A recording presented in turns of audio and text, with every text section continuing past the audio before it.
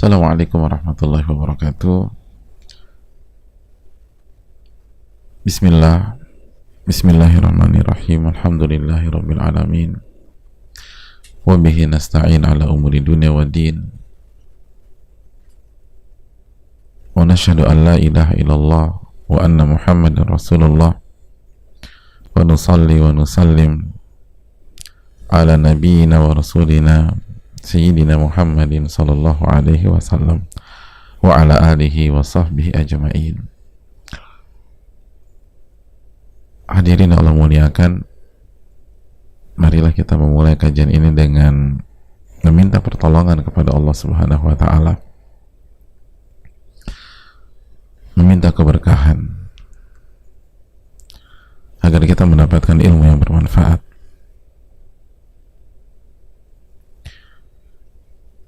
Dan kita memulai kajian ini dengan bersyukur kepada Allah Subhanahu wa taala atas segala nikmat dan karunia Allah berikan dan Allah limpahkan kepada kita. Nikmat yang tidak mungkin kita bisa hitung atau kita kalkulasikan. Dan nikmat terindah adalah nikmat ilmu, nikmat iman. Karena dengan dua nikmat itulah Allah akan memberikan kita kebahagiaan di dunia maupun di akhirat. Karena ilmu adalah awal dari perubahan, bukan hanya perubahan satu orang, namun perubahan dunia. Ketika Allah ingin merubah umat terakhir, maka Allah menurunkan wahyu, Iqra bismi rabbikal ladzi khalaq. Bacalah dengan menyebut nama Rabbmu yang telah menciptakanmu. Suruh baca, belajar. Karena ilmu adalah perubahan. Ilmu adalah kebaikan. Maka syaitan tidak ingin kita belajar. Syaitan tidak ingin kita menuntut ilmu. Syaitan ingin kita tuh malas dan sibuk dengan dunia. Agar apa? Agar kita tidak berkembang, agar kita tidak menjadi orang baik, agar kesalahan kita tidak meningkat. Maka jangan terjebak.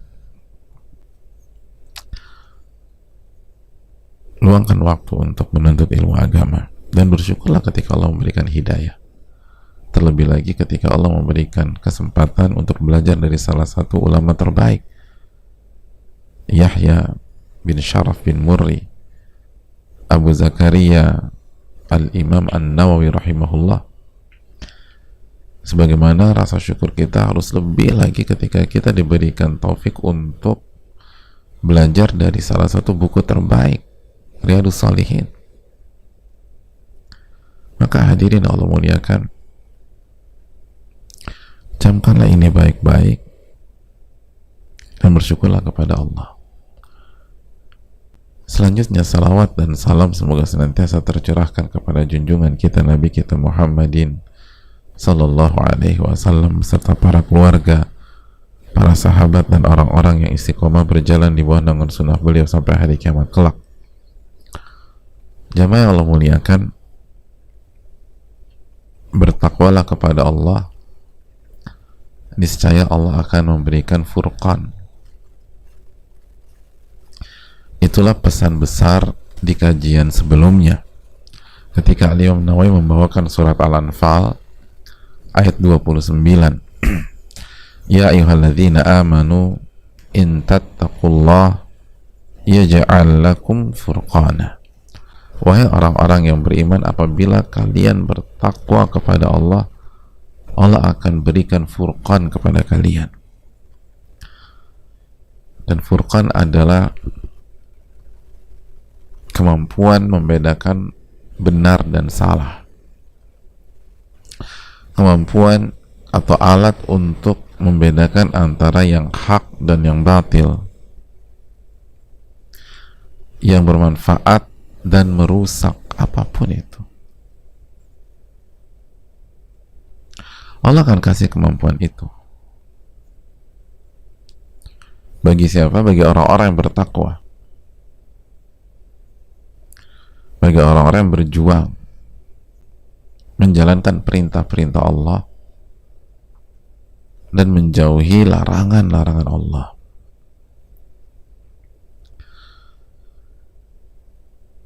Dan kemampuan membedakan mana yang benar dan mana yang salah.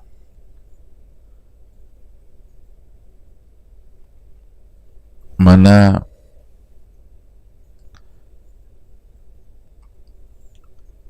vitamin dan mana racun. Mana hal yang bermanfaat dan mana hal yang merusak. Itu artinya keselamatan. Ya, keselamatan dalam hidup. Itu kemampuan asasi kalau kita ingin selamat dalam hidup. Makanya Al-Imam Ikrimah ketika menjelaskan ayat ini beliau katakan Furqan adalah najah. Furqan adalah keselamatan, karena orang kalau bisa membedakan mana yang baik dan mana yang buruk, mana minuman yang sehat, mana racun. Kita depan kita ada 3 gelas, warnanya sama, satu racun. Kita bisa bedakan, kita selamat biidznillah. Simpel aja. Itu dalam hidup, kita bisa bedakan racun-racun kehidupan, Anda selamat. Maka itulah tafsir Ikrimah.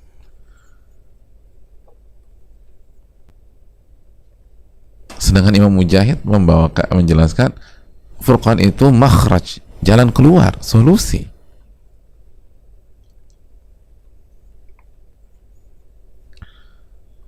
Oleh karena itu zaman sekarang ini memang nggak ada duit di dalam ayat ini. Allah nggak mau barang saya bertakwa pada Allah, saya kasih uang. Tapi ini lebih mahal daripada uang.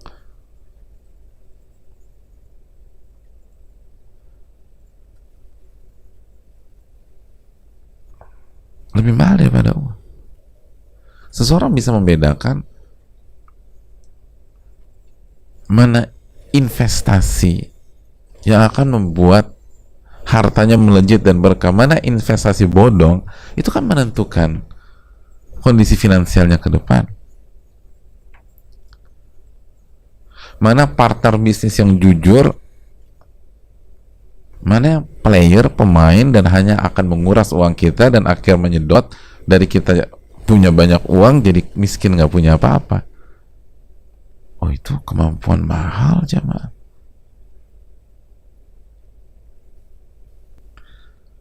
Dan itu yang ditawarkan jika kita bertakwa kepada Allah, jika kita menjalankan perintah dan menjauhi larangan.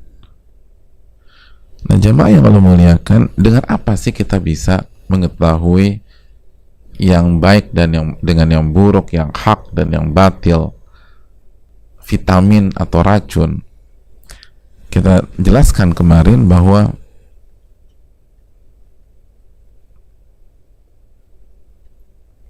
yang pertama dengan ilmu.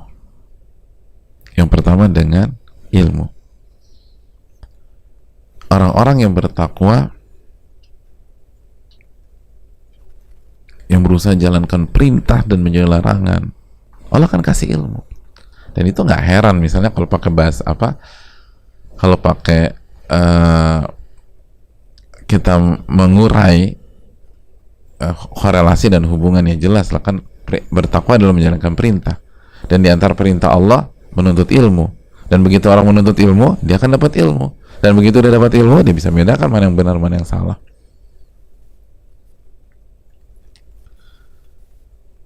Takwa itu sebab ilmu, dan sebaliknya maksiat itu merusak ilmu kita.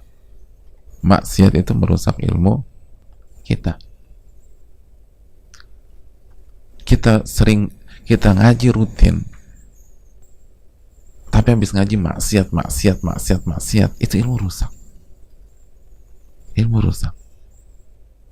Makanya itu yang dikeluhkan oleh, atau itu yang yang ada dalam dialog Imam Syafi'i dan Imam Waqi'. Ketika Imam Syafi'i merasa kok hafalan saya ada masalah ya.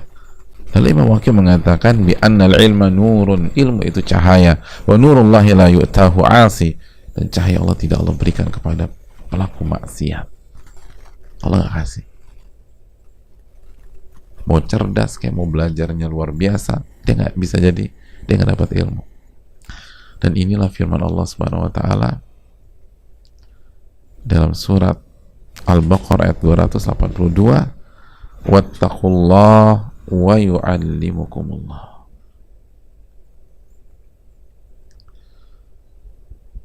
Wattaqullah, dan bertakwalah kepada Allah, dan Allah yang akan mengajarkan kalian.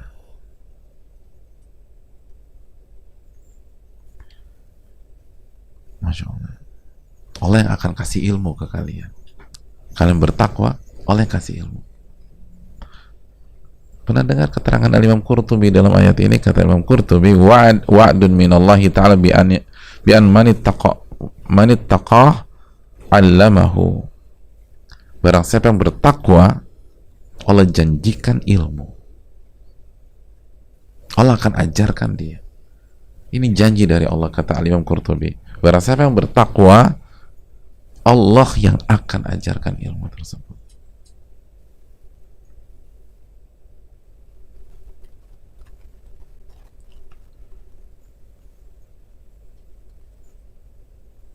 Allah akan mudahkan ilmu asal bertakwa. Makanya jemaah sekalian, jangan berpikir hanya ikut kajian misalnya di pagi hari atau siang hari atau malam hari dalam durasi setengah jam, 1 jam atau 2 jam, otomatis kita dipastikan dapat ilmu. Enggak. Lihat apa aktivitas kita sebelum dan setelah ngaji itu. Kalau aktivitas kita sebelum dan setelah ngaji maksiat, mungkar, dan mungkar, kalau nggak akan kasih ilmu. Walaupun ngaji rutin, coba aja deh.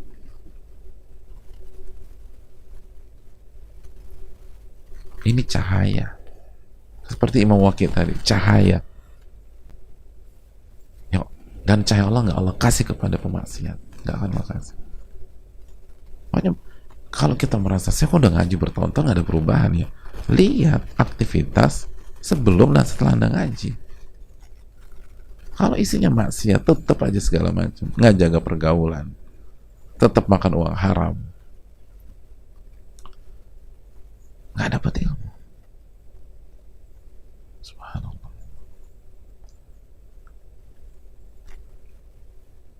Itu yang pertama. Yang kedua, jemaah sekalian, bagaimana kita bisa membedakan mana yang hak dan mana yang batil, dan korelasinya dengan ketakwaan. Kata para ulama, cara yang kedua kita bisa membedakan mana yang hak dan mana yang batil, mana vitamin, mana racun, mana yang bermanfaat, mana yang tidak bermanfaat, itu dengan pemahaman, al-fahmu, pemahaman. Dan cara yang sangat efektif memperkuat pemahaman adalah bertakwa sama Allah. Lianna taqwa sababun liquwatil faham, kata para ulama seperti Al-Imam Muhammad bin Shalih Al-Utsaimin. Kata mereka bahwa ketakwaan adalah sebab kuatnya pemahaman.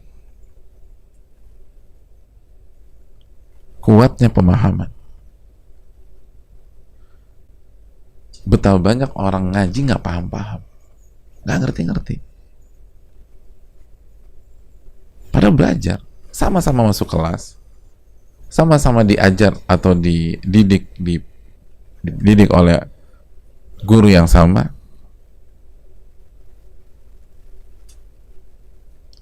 hadirin yang Allah muliakan,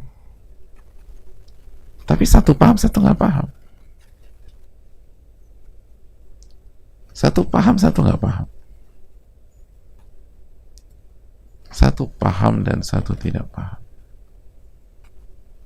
Pemahaman itu penting.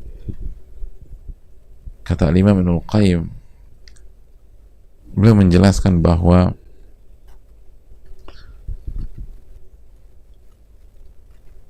niat yang benar dan pemahaman yang kuat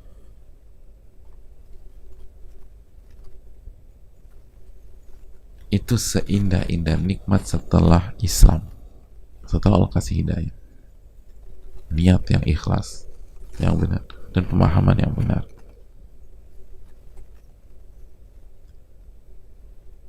Itu luar biasa jemaah. Karena kalau kita nggak paham percuma juga hidup. Salah akan salah terus, salah terus, salah terus, salah terus. Dan itu membedakan seringkali mana yang ranking satu dari depan, mana langsung dari belakang. Padahal mereka sama-sama mengikuti setiap sesi.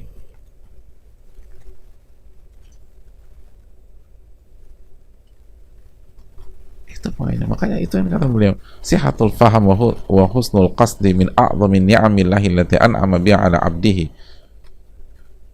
Benarnya pemahaman dan benarnya niat seseorang itu diantara nikmat yang paling besar yang Allah kasih kepada hambanya. Bal ma'u'tiya 'abdun ata'an ba'dal islam afdal wala ajal minhuma. Bahkan gak ada nikmat yang lebih berharga, lebih mahal setelah hidayah, setelah Islam, kecuali dua nikmat di atas, kata para ulama. Dua nikmat di atas. Pemahaman yang benar dan niat yang benar, niat yang ikhlas. Dan kita lihat, bisa dikatakan seluruh penyimpangan dalam sejarah lahirnya dari masalah di dua ini. Seluruh penyimpangan hidup, kesesatan hidup, itu kalau nggak salah paham, salah niat, gitu aja udah. Coba kita lihat, kalau nggak salah paham, salah niat, semua penyimpangan dalam hidup, dalam sejarah, itu kalau nggak salah paham, salah niat.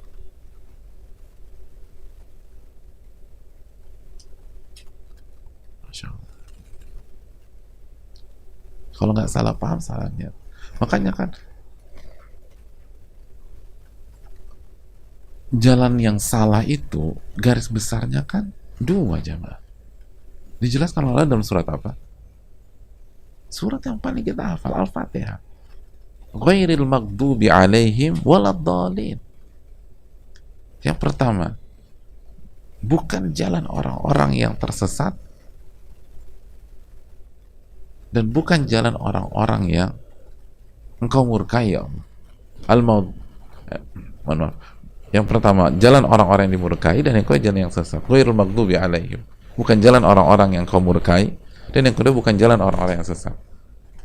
Dimurkai kenapa? Salah paham? Bukan. Salah niat, kata para ulama. Tersesat? Salah paham. Niat baik, salah paham. Akhirnya sesat.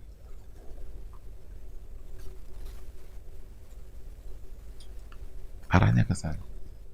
Jadi kalau kita pikirkan, kita baca sejarah, ada penyimpangan A, penyimpangan B, penyimpangan C, penyimpangan D. Itu kalau nggak salah paham, salah niat. Dan obatnya berusaha bertakwa kepada Allah Subhanahu wa taala. Berusaha bertakwa. Oh, ini dalam, jangan. Coba direnungkan. Salah paham, salah niat. Makanya kata Ibnu Qayyim tadi, ini dua nikmat paling penting setelah hidayah. Setelah kita hijrah, ini nikmat paling penting. Diberikan niat yang benar dan pemahaman yang lurus. Di situ kita bisa selamat di dunia maupun di akhirat.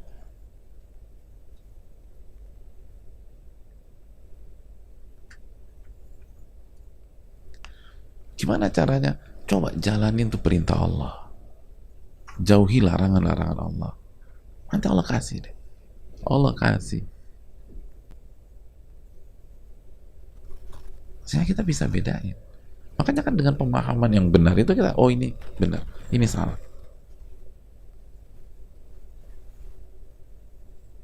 Kanan ini jalan buntu, kita harus ke kiri.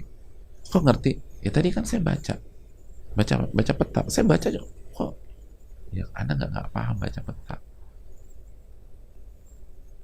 Sama-sama dulu pegang kompas, tapi bisa yang satu bilang ke kanan, satu bilang ke kiri, karena salah satunya nggak paham baca kompas, padahal udah disiapin tuh.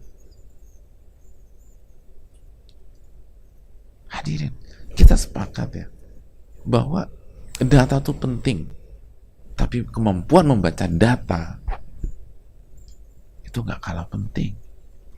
Data kita A1, nggak hoax, data benar nih, tapi Anda salah baca, nggak paham, oh salah. Cara baca data itu penting, kan gitu.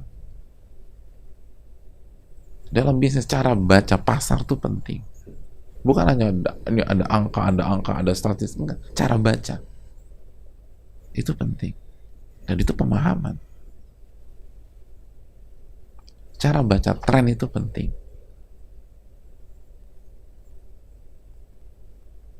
Cara baca. Hari ini ada data bahwa hobi bersepeda sedang naik daun, sedang hype. Ya itu data. Tapi data ini itu bisa melahirkan pundi-pundi uang dengan cuma sekedar data. Itu kan cara baca. Lalu kan ada ide bisnis A, ide bisnis B, ide bisnis C, ide bisnis D. Kenapa? Itu tergantung bagaimana Anda baca data itu. Sama-sama di hari ini dua orang baca tentang grafik orang yang bersepeda di weekend. Itu bisa 2 bulan lagi. Yang satu fulusnya begitu-begitu. Yang kedua dia untung 200 juta, 500 juta. Kenapa? Karena baca data itu setelah taufik dari Allah. Tapi aku juga baca. Anda nggak ngerti bagaimana cara bacanya. Cara baca dan memahami itu pentingnya minta ampun. Kalau itu hanya karena sepeda dan seterusnya, gimana Al-Quran dan hadis Nabi SAW yang merupakan petunjuk di dunia maupun di akhirat. Cara baca itu penting, pemahaman itu penting. Maka benar kata Ibnu Qayyim, lihat para ulama itu jauh sekali berpikir, bukan materialistis. Mereka nggak bilang kenikmatan terbesar setelah Islam itu uang, bukan. Uang tuh bisa hilang kalau kita nggak ngerti dan tidak punya pemahaman yang kuat. Nggak bisa cara baca, akhirnya salah investasi, hancur. Tapi pemahamannya kuat, itu dari nggak ada uang bisa jadi banyak uang dengan taufik dari Allah. Pemahaman itu penting, apalagi pemahaman dalam memahami Al-Quran dan hadis Nabi SAW. Dan pemahaman yang benar adalah kembali kepada Rasulullah dan para sahabatnya radhiyallahu ta'ala anhum. Dan untuk bisa sampai terjaga pemahaman yang benar, bertakwa. Udah jalankan perintah jauh larangan, jalankan perintah jauh larangan, jalankan perintah jauh larangan. Jaga keikhlasan, bertakwa.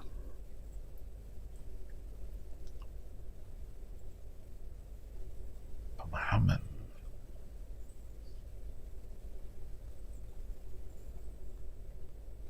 itu sangat penting dalam hidup. Sangat penting dalam hidup.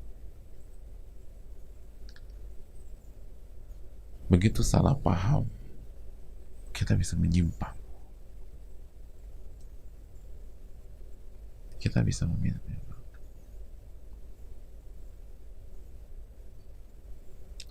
Hadirin Allah muliakan.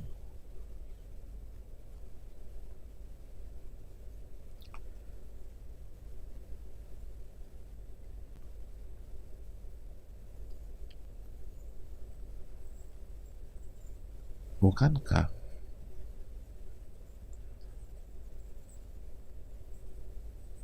sahabat yang mulia, sepupu Rasul Sallallahu Alaihi Wasallam, sekaligus menantu Rasul Sallallahu Alaihi Wasallam, Ali bin Abi Thalib radhiyallahu taala anhu, semoga Allah meridhai beliau, sahabat luar biasa,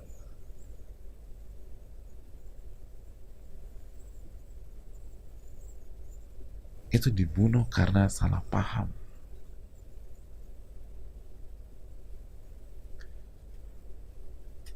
Niatnya nggak bersih dan salah paham.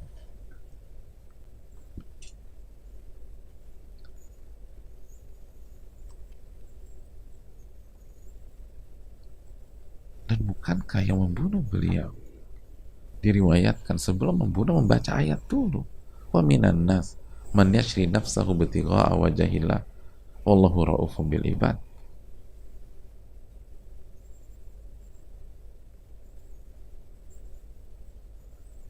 Bayangkan baca ayat dulu, tapi salah paham.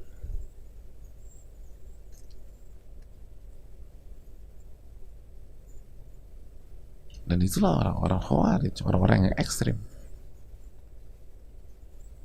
yang mudah mengkafirkan. Itu kan pakai ayat, pakai hadis, pakai dalil, tapi salah paham. Makanya pemahaman itu penting untuk membedakan mana yang benar, mana yang salah, mana yang hak, mana yang batil. Dan salah satu cara mendapatkan pemahaman yang benar adalah bertakwalah dengan maksimal kepada Allah Subhanahu wa Ta'ala. Itu yang kedua. Yang ketiga,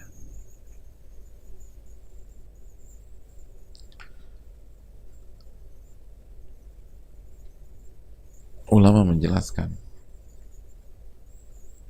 bagaimana mendapatkan al-furqan, kemampuan membedakan mana yang hak, mana yang batil.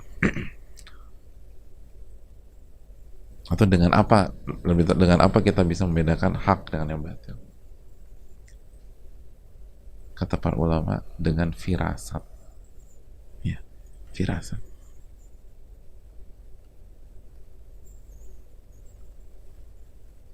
Makanya salah satu tafsir in tattaqullah yaj'al lakum furqana, barang siapa yang apabila kalian bertakwa, Allah akan berikan al-furqan kepada kalian. Di antara maknanya adalah, dijelaskan oleh Imam Muhammad bin Shalih Al-Utsaimin, Allah berikan firasat yang kuat.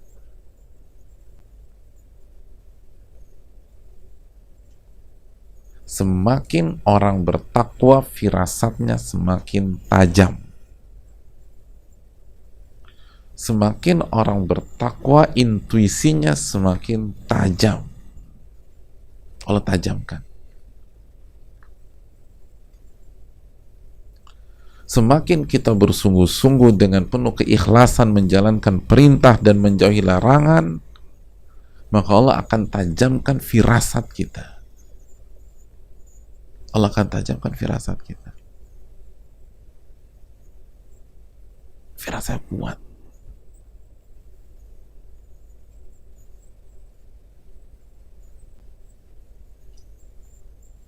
Makanya Islam mengenal tentang firasat.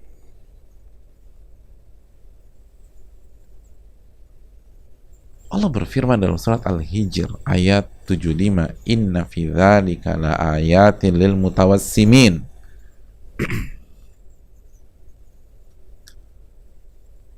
Sesungguhnya yang demikian itu terdapat tanda-tanda kekuasaan Allah bagi orang-orang yang mutawassimin. Apa arti mutawassimin?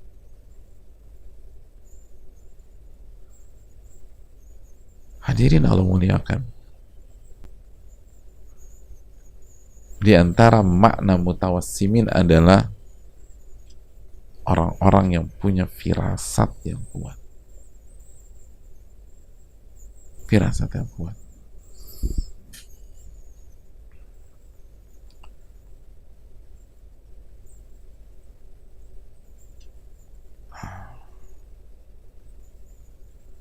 Dan kata Abdullah bin Abbas, mutawassimin atau orang yang punya firasat yang kuat, li ahli salah wal khair, itu Allah berikan kepada orang-orang yang soleh dan orang-orang yang baik.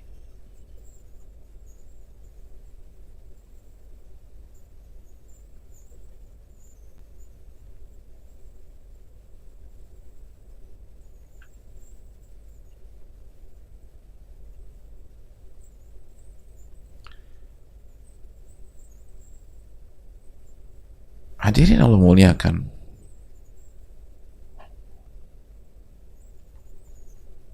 Allah kuatkan firasat. Dan kita bisa melihat walaupun sangat samar, sehingga firasatnya nggak enak sama dia. Dan kejadian. Makanya kata, kalau kita baca tafsir Al-Qurtubi, ya istidlal bil alamat, menyimpulkan dengan tanda. Tapi tanda dalam kehidupan ada yang jelas, terang benderang, dan ada yang sangat samar. Orang-orang yang soleh, orang-orang baik, orang-orang yang berusaha bertakwa, itu Allah kasih kemampuan bisa melihat tanda yang begitu-begitu samar. Lalu firasatnya dikuatkan sama Allah. Firasatnya dikuatkan.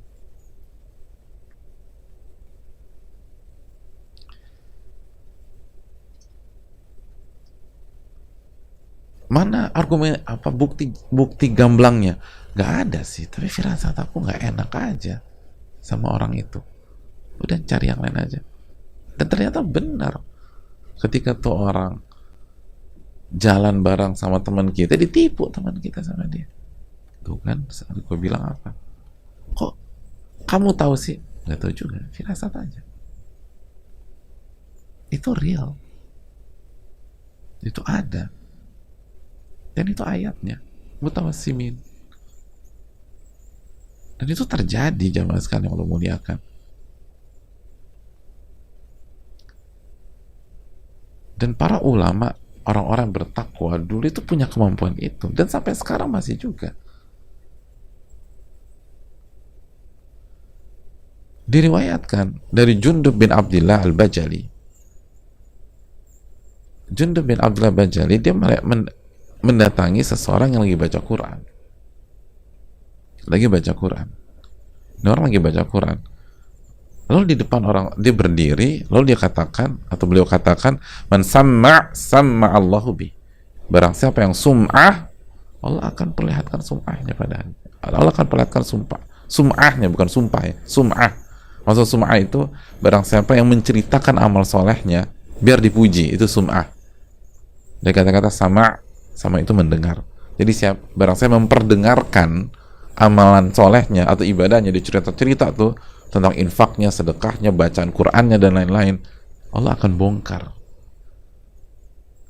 Allah akan bongkar perbuatannya tersebut. Wa man ra'a ra'allahu bi. Dan barang siapa yang ria ini solmetnya sum'ah. Kalau sum'ah memperdengarkan, kalau ria memperlihatkan amal soleh agar dipuji oleh orang. Barang siapa yang memperlihatkan amal solehnya biar dipuji, jadi nggak ikhlas, maka Allah akan bongkar itu. Allah akan perlihatkan lagi. Nah, orang-orang yang ada di situ, di lokasi, berkata kepada Jundub bin Abdullah, ka'annaka aralta bihadzal rajul. Wahai Jundub, sepertinya engkau sedang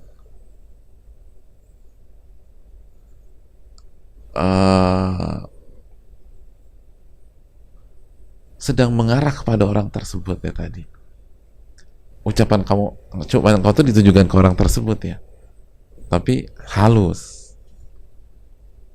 Tapi kayaknya arahnya ke dia deh. Arahnya ke dia yang lagi baca Quran itu. Jadi Jundub bin Abdullah, beliau ingin menasehati. Ini kayaknya ada ria, ada sum'ah.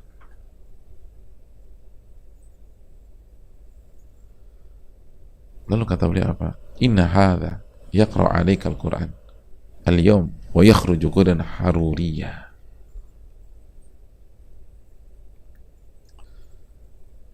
Orang yang baca Quran di depan Anda ini, hari ini, yang baca Quran nih, itu nanti suatu saat akan menjadi khawarij, orang yang ekstrim, yang mengkafirkan pelaku dosa besar, ekstrim, ya, ekstrim dalam mengkafirkan. Jadi orang ini yang baca nanti, suatu saat nanti, esok hari, itu akan jadi khawarij.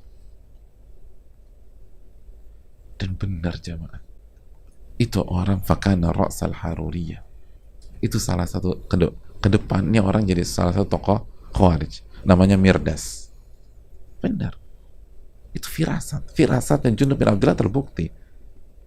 Atau bayangin, ini bagi baca Quran, kecuali kalau melakukan maksiat. Ini orang nih maksiat nih, ini nanti jadi orang sesat mungkin, atau malas belajar.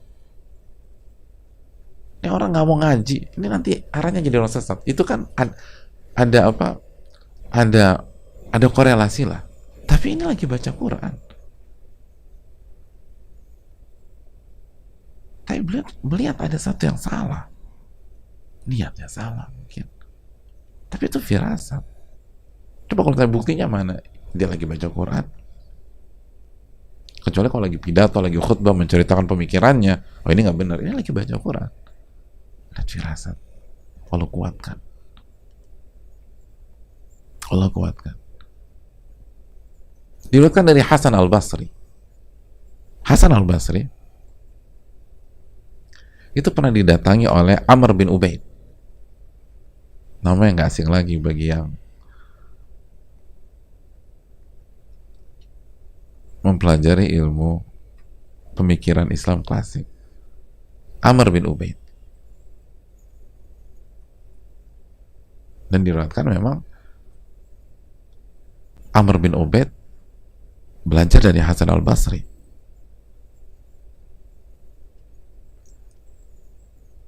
Hadirin Allah muliakan,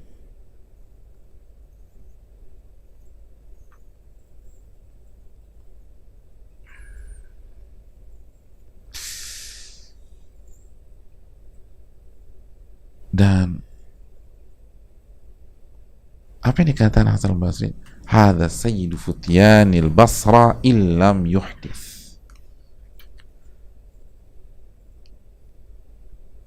Ini Amr bin Ubaid masih muda pada saat itu, masih muda,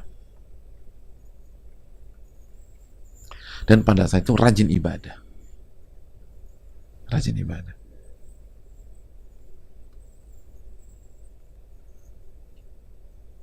sukanya hal-hal yang mengarah ke akhirat. Anak muda, jadi kalau bahasanya ini anak muda, nggak clubbing, nggak main perempuan, nggak segala macam, pokoknya rajin ibadah, lalu suka dengan arah-arah ke akhirat.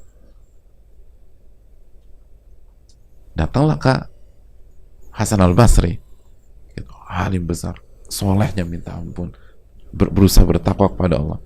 Kata Hasan al-Basri, ini anak muda, dia akan jadi pemimpinnya anak muda di Basrah. Akan jadi pemimpinnya anak muda di Basrah. Oh ini tokoh muda nih nanti. Tapi ada kelanjutannya. Illam yuhdits. Dengan syarat dia tidak menyimpang. Dengan syarat dia bisa lempeng. Dia tidak membuat hal yang baru dalam akidah atau ibadah. Dia nggak membuat pemikiran yang baru, yang tidak diajarkan oleh Rasul SAW dan para sahabat. Dan kejadian jemaah, bagaimana Amr bin Ubaid menyimpang,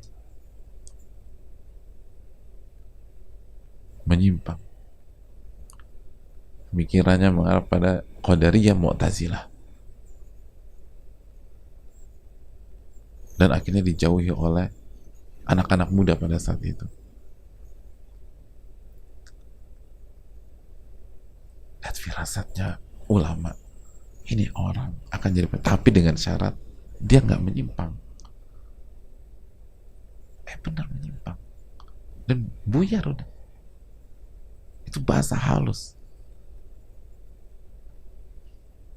padahal penampakannya rajin ibadah, ada arah ke sana nih. Benar, itu firasat. Makanya hati-hati antum kalau punya teman atau punya orang, dijaga banget ketakwaannya. Kita tahu luar dalam dia, dan dia nggak menggembor-gemborkan, dia jaga ibadah, dia bertakwa kepada Allah Subhanahu Wa Taala. Lalu dia punya firasat, pertimbangkan firasatnya. Itu penting.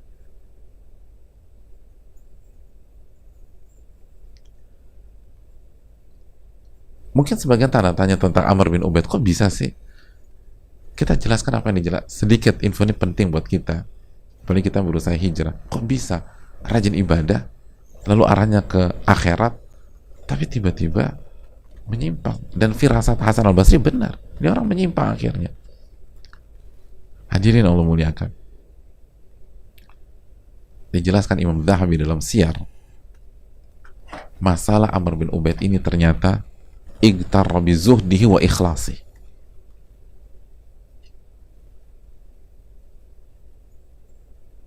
Wa aqfal bid'atu. Amr bin Ubaid ini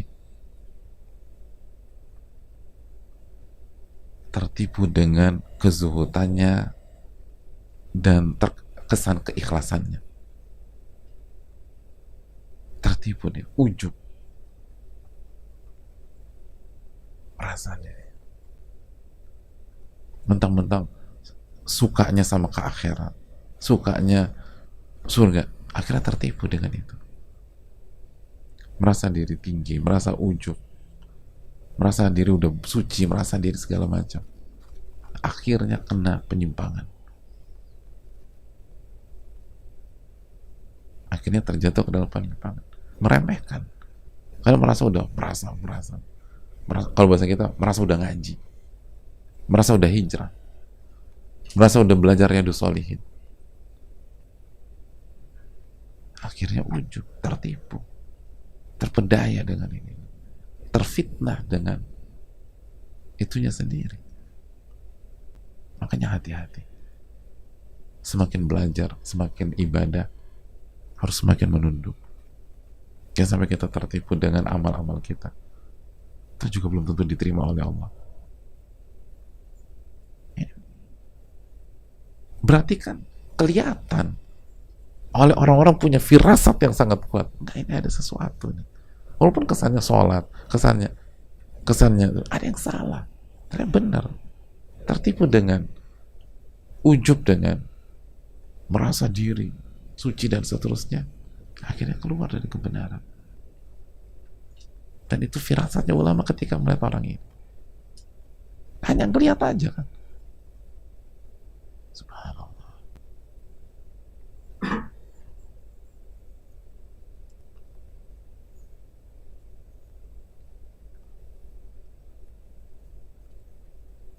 Ini contoh banyak jemaah. Diriwayatkan Anas bin Malik,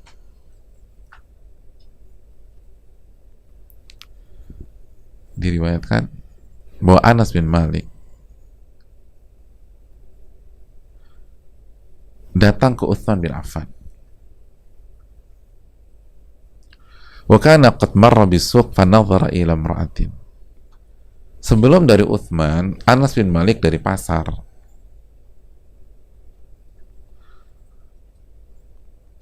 Dan ketika di pasar, nggak sengaja ngeliat perempuan. Nggak sengaja lihat perempuan.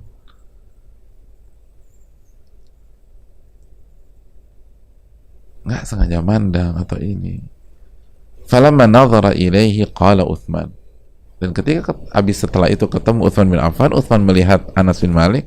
Lo kata Utsman, yadkhulu ahadukum alayya wa fi ainaihi atharu zina.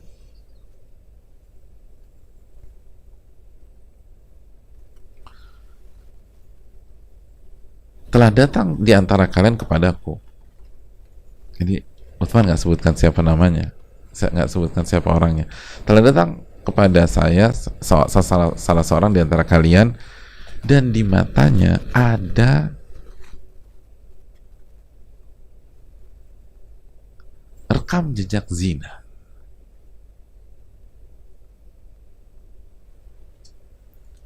Maksudnya zina mata. Maksudnya zina mata. Faqala lahu Anas, awahyan ba'da Rasulillah sallallahu alaihi wasallam. Apakah ini wahyu setelah Rasul? Ini antum dapat wahyu. Faqala la walakin burhanu firasa wa sidq. Enggak, ini bukan wahyu. Tapi ini burhan. Ini firasat.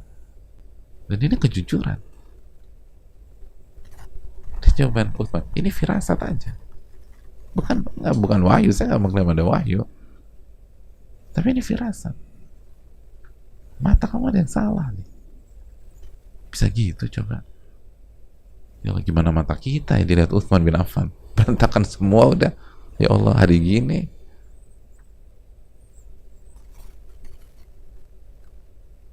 Dan mereka bilang ini firasat aja. Tapi benar.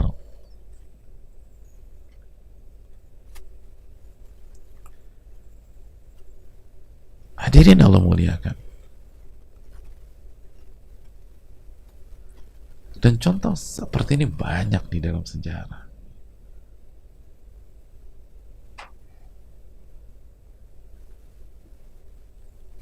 Dan kemampuan ini penting.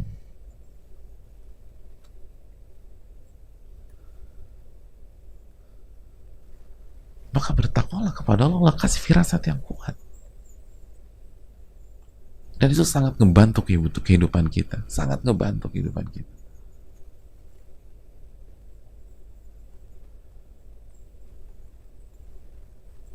Dalam dunia bisnis kita misalnya, pas mau investasi.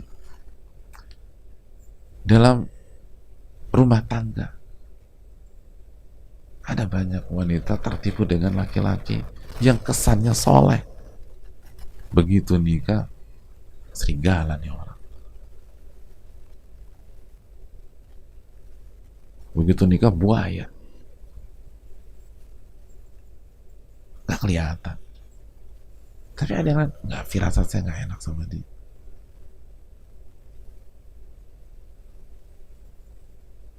Maka perkuatlah firasat kita dengan menjaga ketakwaan kepada Allah. Ini penting.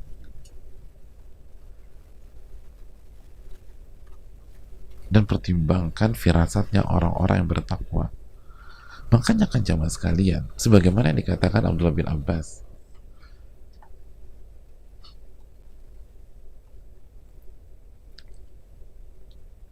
orang-orang yang ditunjuk oleh Umar bin Khattab menjadi anggota syuro beliau, Dewan Syuro, artinya orang-orang yang senantiasa dilibatkan oleh Umar bin Khattab radhiyallahu ta'ala untuk musyawarah, untuk tukar pandangan, untuk membuat kebijakan-kebijakan publik pada saat itu. Itu kan ahlul Quran, baik yang masih anak muda walaupun yang sudah matang usianya, tapi ahlul Quran. Kenapa Umar mengumpulkan ahlul Quran? Dan kita tahu ahlul Quran di sana benar-benar kanu yaqra'una ma'nan. Mereka tuh kalau baca bukan hanya lafaz, tapi membaca makna, mengerti tafsirnya, dan berusaha mengamalkan kandungan dari ayat-ayat tersebut. Kenapa Umar mengumpulkan mereka? Dan kalau ada apa-apa tanya, minta masukan. Umar bin Khattab radhiyallahu ta'ala. Kita nggak ragukan kecerdasan Umar bin Khattab radhiyallahu ta'ala. Kita nggak tahu bagaimana kedekatan, kita nggak meragukan kedekatan beliau dengan Nabi SAW, kedekatan beliau dengan Abu Bakar As-Siddiq radhiyallahu ta'ala. Tapi kenapa masih mengumpulkan ahlul Quran? Salah satunya karena ini, jamaah. Di samping keberkahan dan seterusnya, itu firasat orang-orang bertakwa itu diperhitungkan. Firasat orang-orang bertakwa diperhitungkan selain ilmu dan sebagainya. Karena terkadang kita nggak punya senjata untuk, atau nggak punya senjata ilmu untuk menghukumi sebuah kejadian atau sebuah hal di hadapan kita, atau membuat keputusan mendadak. Nggak bisa nanya A, nggak bisa nanya B, nggak bisa nanya C. Kita punya kenalan 10 ustadz yang Masya Allah, tapi begitu suatu ketika kita berada di sebuah tempat, harus buat keputusan sekarang, nelfon nggak ada yang ngangkat, atau handphone kita lowbat, harus buat keputusan sekarang. Itu kan Salah satu yang harus kita andalkan firasat. Ya kalau malamnya bermaksiat, gimana firasatnya bagus? Malamnya bermaksiat.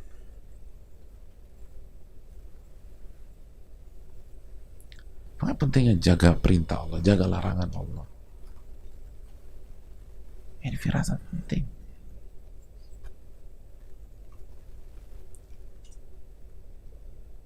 Lihat bagaimana Hasan Al-Basri ini orang punya potensi besar jadi tokoh, selama nggak menyimpang, benar menyimpang.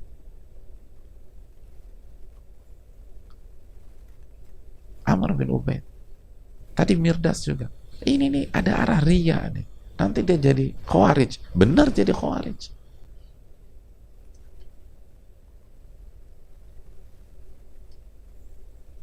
Oleh karena itu jamaah yang Allah muliakan,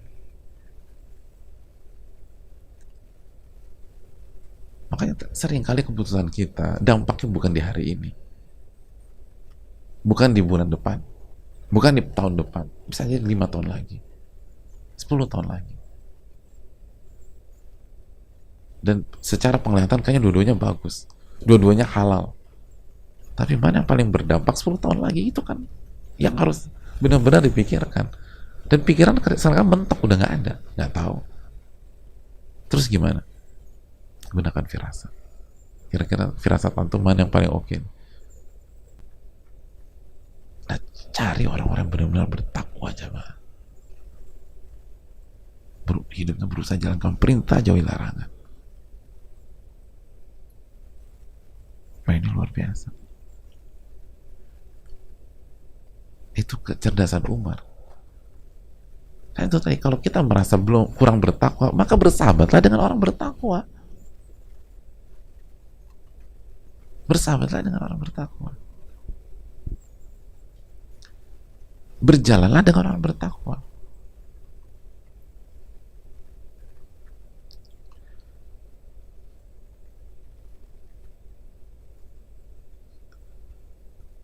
Setelah mempertimbangkan skill seseorang, takwa harus jadi prioritas. Atau mau hire orang, cari orang bertakwa. Tapi benar-benar bertakwa, bukan hanya casing atau KW1 super ya, bukan. Tapi benar-benar bertakwa. Walaupun mungkin skillnya kurang dibanding kompetitornya, pilih dia. Selama masuk ke bidang yang kita inginkan dan bisa di-upgrade, skill itu kan lebih mudah di-upgrade daripada ketakwaan, jemaah. Udah diikutin seminar, dibuat course, dibuat pelatihan, insya Allah skillnya naik. Makanya kan banyak pengusaha bilang, kalau Anda harus milih antara dua staff, yang jujur tapi cerdasnya biasa-biasa aja, skillnya biasa, atau yang skillnya Masya Allah tapi nggak jujur, orang akan pilih yang jujur. Buat apa milih yang nggak jujur? Itu sama aja melihara anak singa. Begitu dia punya peluang, dia tusuk kita dari belakang. Apalagi dia cerdas, dia tahu pola segala macam, dan dia nggak jujur, ya repot. Tapi kalau jujur, walaupun skillnya ini, nanti kita angkat, kita sekolahkan, kita suruh dia ikut seminar A, seminar B, seminar C, pelatihan A, pelatihan B, pelatihan C, lalu dikasih pengalaman, kita percaya, insya Allah, yang penting jujur deh. Itu baru satu sifat orang bertakwa, jujur. Gimana jujur? Sholatnya kuat, tahajudnya Masya Allah, setiap bulan khatam Quran, khatam Quran, khatam Quran, jaga lisan, gak suka gibah, gak suka fitnah, gak suka ngomongin orang, gak suka bohong, setiap hari zikir pagi dan petang, hatinya bersih dari hasad, mencintai sesama, bukan gay, bukan, ada mencintai sesama kaum muslimin, punya sisi humanis, inginnya kasih kebaikan ke manusia atau ke orang. Itu antum punya, itu jalan bareng sama dia, jamaah. Lalu libatkan orang-orang bertakwa itu berdiskusi, khususnya keputusan besar. Jangan jalan sendiri. Antum membuat keputusan besar apapun, mau menikah, mau segala macam, tanya orang-orang yang bertakwa. Antum lihat mana takwa benar, Bukan hanya casing aja, kita tahu benar gimana luar dalamnya, minta masukan ke mereka. Menurut antum gimana? Setelah minta pertolongan dan minta taufik dari Allah, tanya mereka seperti Umar, tanya Ahlul Quran, dilibatkan walaupun yang masih muda, sampai yang masih muda dilibatkan oleh Umar bin Khattab radhiyallahu anhu. Karena takwa itu beda, jemaah. Pembeda itu takwa. Benar. Benar. Allah kasih keberkahan nanti di keputusan-keputusan kita. Dan pertimbangkan firasat. Tapi kalau kita bingung, ini saya 50-50, coba. Kita punya berapa? 5 orang yang bertakwa. Tanya 5-5-nya. Yang 5-nya, semua 5-nya bilang bismillah, bismillah, bismillah, bismillah. Oh, udah bismillah. Selama itu halal, dan secara spek masuk segala macam, tapi kita bingung, maju atau enggak, maju enggak. Tanya sama mereka. Orang-orang yang tauhidnya bagus, imannya kuat, cinta kepada sunnah Nabi SAW.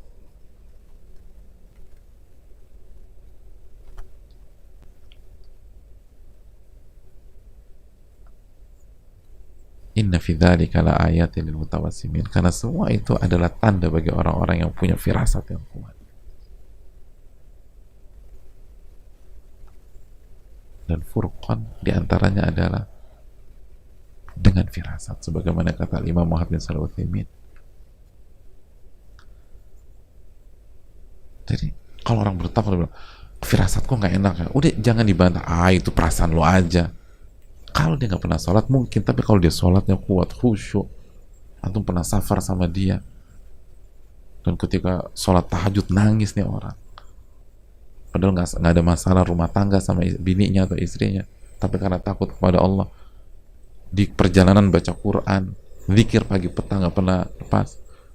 Orang lagi santai di safar doa sama Allah karena tahu doanya musafir mustajab, ngelihat ini ngebantu orang segala macam. Terus ketika kita ingin melakukan sesuatu, dia bilang firasat saya nggak enak ya. Pertimbangkan, jangan, pertimbangkan. Kan gak ada salahnya dipertimbangkan. Di samping istikharah, minta petunjuk, dan bisa jadi itu jawaban istikharah kita.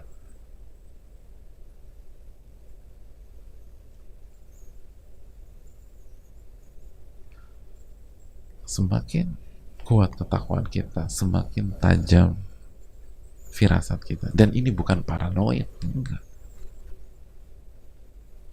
Paranoid itu dari ketidaktakwaan, dari ketidakyakinan sama Allah. Ini firasat tajam. Dan syaratnya bertakwa. Dan yang mengatakan itu juga nggak mengklaim. Makanya kita dalam riwayat yang tadi Utsman ditanya, ini wahyu bukan, tapi ini cuma firasat aja. Nah, tapi benar. Wallahu ta'ala a'lam bishawab. Semoga bermanfaat, dan semoga kita diberikan al-furqan oleh Allah Subhanahu wa taala, baik dari segi ilmu maupun dari segi pemahaman yang benar, maupun dari segi firasat, sehingga kita tidak tersesat dan bisa menemukan jalan pulang kembali kepada Allah Subhanahu wa taala dan melihat wajah Allah pada hari kiamat kelak di surga nanti. Semoga Allah menerima amal ibadah kita dan memberikan kita ilmu yang bermanfaat dan melindungi kita dari ilmu yang tidak bermanfaat. Subhanakallahumma wa bihamdika asyhadu an la ilaha illa anta astaghfiruka wa atubu ilaik. Assalamualaikum warahmatullahi wabarakatuh.